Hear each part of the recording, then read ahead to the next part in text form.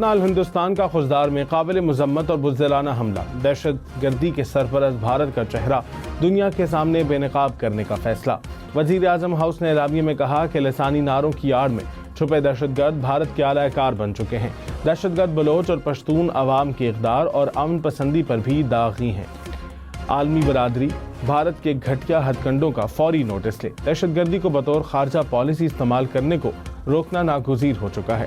وزیر اعظم شہباز شریف اور army chief field marshal Syed Asim Munir کا دورہ کوئٹہ، خوزدار دہشت گرد حملے کے زخمیوں کی عیادت۔ وزیر اعظم نے کہا دہشت گردی کے ناسور کا جڑ سے خاتمہ کیا جائے گا۔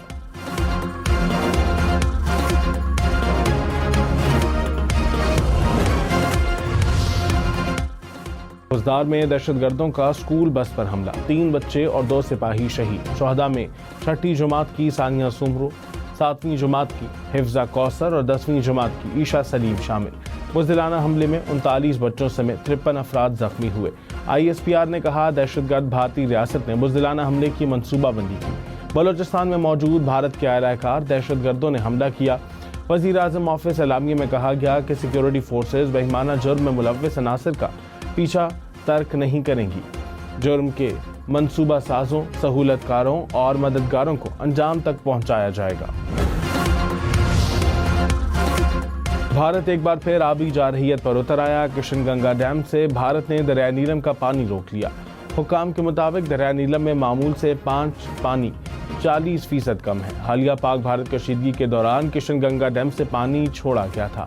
موسم گرما میں گلیشیئرز پگھلنے سے دریائے نیلم میں پانی کی سطح بلند رہتی ہے۔ پاکستان نے بھارتی ہائی کمیشن کے ایک اہلکار کو ناپسندیدہ شخص قرار دے دیا۔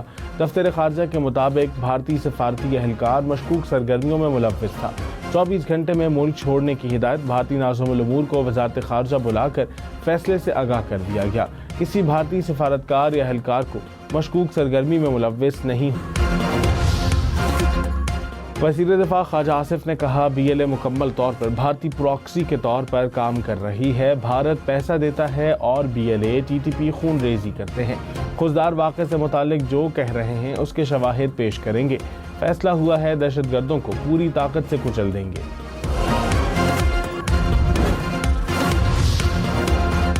وزیر اعلیٰ بلوچستان کا خوزدار حملے کا بدلہ لینے کا اعلان۔ سرفراز بگٹی نے کہا بزدلانہ حملوں پر خاموش تماشائی نہیں بن سکتے۔ بچوں کا مقدس خون رائے گا نہیں جائے گا۔ بزدل عناصر کو جہنم واصل کیا جائے گا۔ چن چن کر مار سکتے ہیں لیکن اس حد تک نہیں جانا چاہتے۔ دہشت گرد بلوچ کہلانے کے لائق نہیں۔ ان کی جنگ حقوق کی نہیں بلکہ یہ صرف انڈیا کی جنگ ہے۔ ریاست نے ہمیشہ ماں کا کردار ادا کیا، اب اسے ہارڈ اسٹیٹ بننا ہوگا۔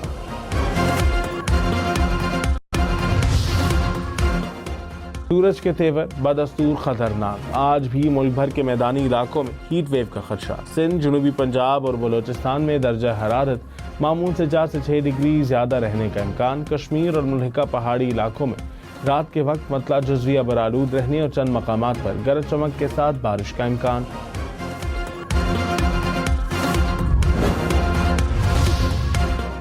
پشاور سمیت خیبر پختونخوا بھر میں موسم گرما کی تعطیلات کا اعلان۔ 4 سدہ، ثوابی، ڈیرہ اسماعیل خان سمیت میدانی اسلامی پرائمری اسکول 1 جون سے 31 اگست تک بند رہیں گے۔ مڈل اور ہائی اسکول میں 15 جون سے 31 اگست تک چھٹیاں ہوں گی۔ سوات، چترال سمیت بالائی اضلاع میں 1 سے 31 جولائی تک تعطیلات۔ ٹیکس چوری روکنے کے لیے جرمانوں کی شرح بڑھانے کا فیصلہ۔ FPR حکام نے سینٹ قائمہ کمیٹی میں بتایا کہ نئے بجٹ میں ٹیکس چوری میں ملوث ریٹیلرز پر جرمانہ 5 لاکھ سے بڑھا کر 50 لاکھ روپے کرنے کی تجویز ہے۔ آئندہ بجٹ میں پوائنٹ آف سیلز میں ریٹیلرز کی تعداد بڑھا کر 70 لاکھ روپے کا ہدف ہے۔ ٹیکس چوری میں ملوث ریٹیلرز کی نشاندہی کرنے پر 10,000 تک انعام بھی ملے گا۔